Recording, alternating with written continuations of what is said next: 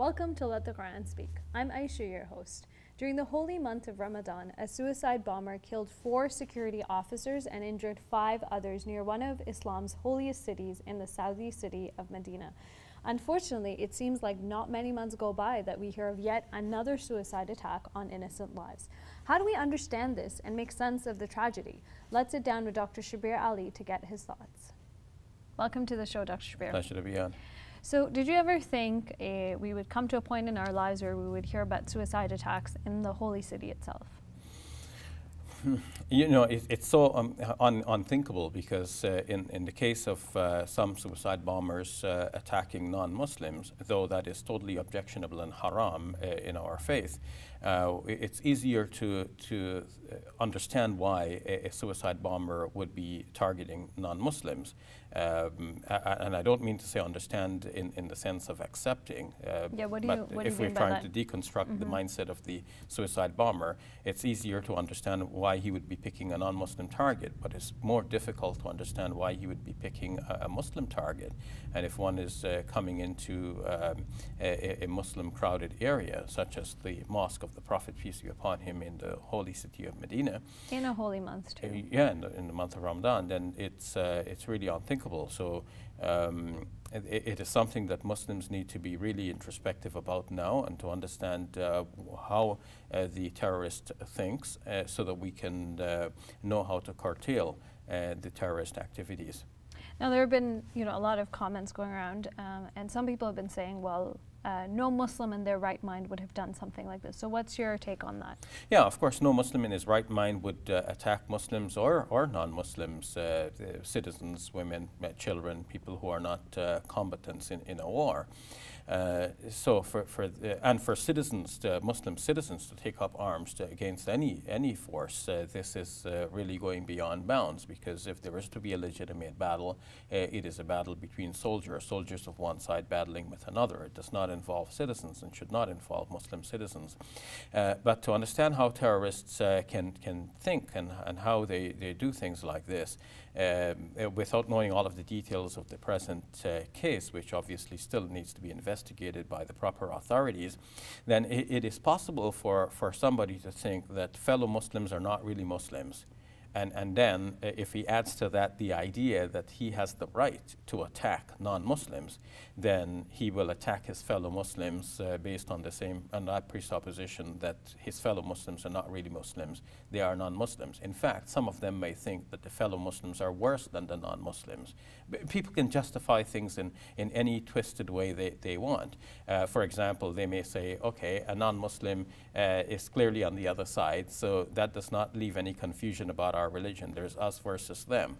But if we have some on our side, apparently Muslims, but they're not really Muslims, then they give the wrong idea about what Islam is, and they hinder us with our proper understanding of Islam from moving forward with our political agendas. So the better way is to even kill these Muslims so that it becomes clear that we are the only Muslims. So you see how this can be But how would that twisted. make sense if they're going to the holy city and then killing the same Muslims? So is it the idea that they're just not good enough kind of thing? Yes, some Muslims can get into the idea of thinking that we are the only true Muslims, and so by definition all of the Muslims are like false Muslims. They are either hypocrites or something like this. So to attack them then becomes legitimate.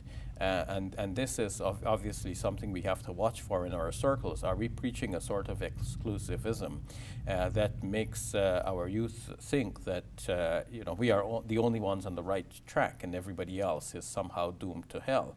If you dehumanize people, then it becomes easier to attack them. And if you think of people, whether Muslims, fellow Muslims, or non-Muslims, as just simply a fuel for hell, then it doesn't cost anything in one's mind. It doesn't grieve one to send these people off to their ultimate doom a little bit quicker than they were heading, because they're heading there anyway, according to that mindset.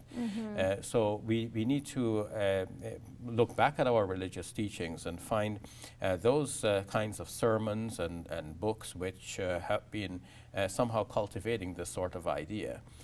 What about the average Muslim who looks at these terrorists and says they're not Muslim? What's your take on that?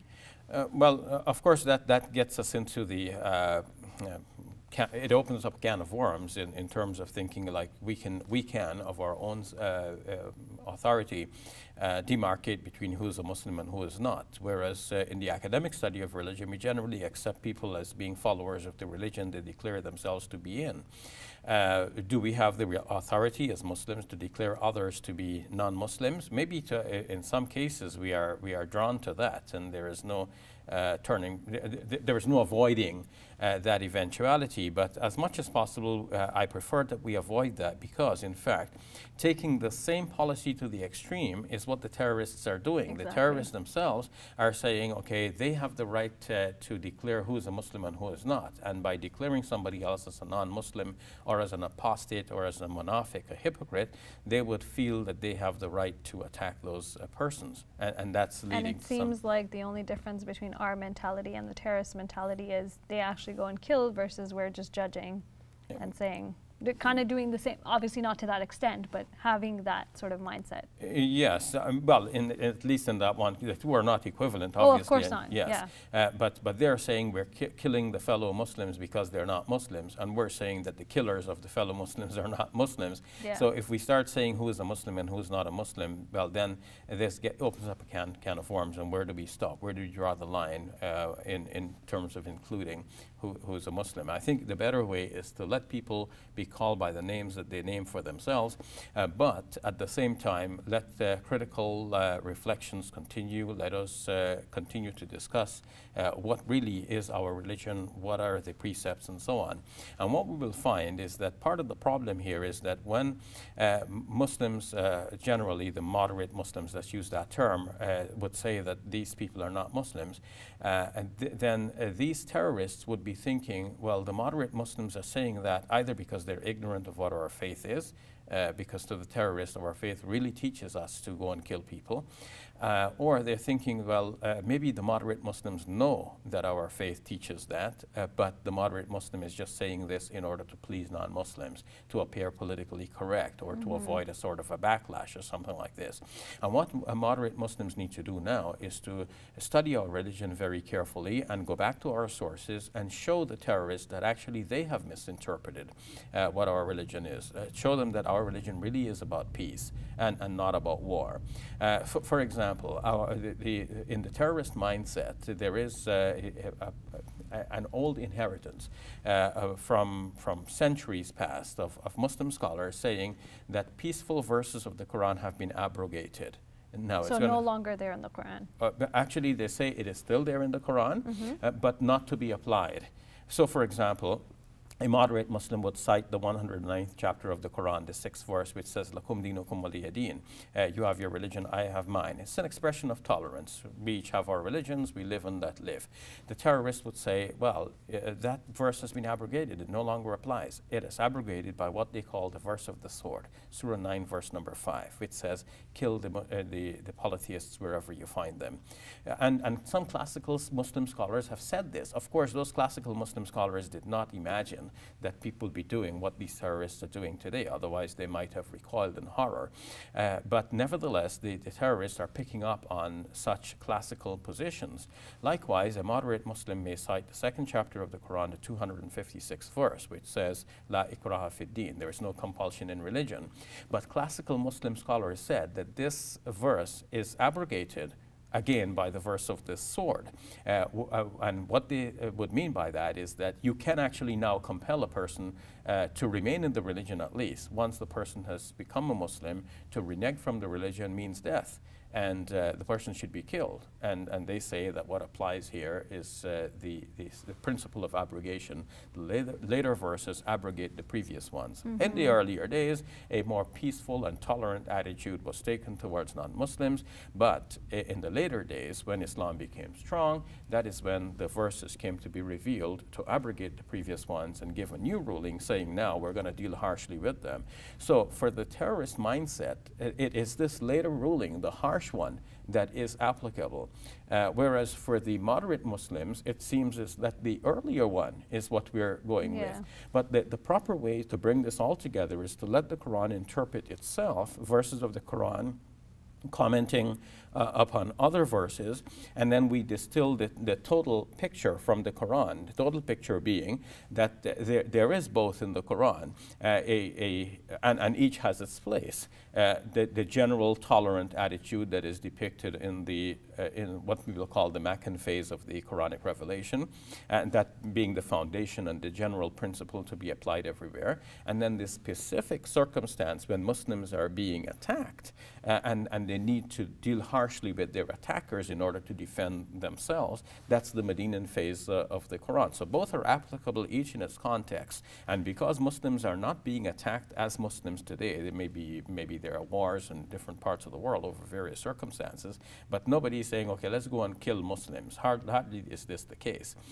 They might be attacking to claim territory or something like that, but not persecuting Muslims on account of the fact that Muslims are followers of a particular religion. The religion doesn't really play out.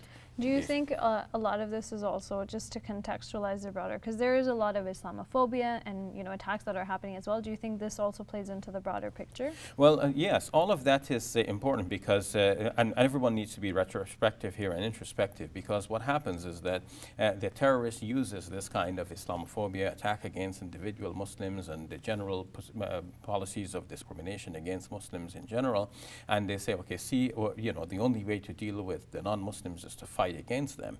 And recently a report was published showing that the Bush administration at the time, together with the UK administration, went to war on Iraq with insufficient grounds. And protesters, wore masks of George W. Bush and the British Prime Minister of the time, and put, colored the hands in red to show that these figures have got blood on their hands, because by destabilizing Iraq, they have created a power vacuum which ISIS has risen to fill, and we are seeing many of the effects of that. The total result is that hundreds of thousands of lives have been lost, millions of people have been displaced. So not only do Muslims have to go back and look at our tradition, but the West also has to look at their foreign policies. And what can we do here? What can our communities do to make sure, help foster a sense of peace within our own communities and make sure young people aren't becoming... I think we have to encourage more interfaith dialogue and study of the religion. Thank you very much, Dr. You're Schmidt. welcome. Hey YouTube, we hope you benefited from this video. If you liked it, or if you didn't, let us know in the comments below. And if you're interested in learning more, check out some of our other videos. And don't forget to subscribe so you can get new videos every Monday, Wednesday, and Friday.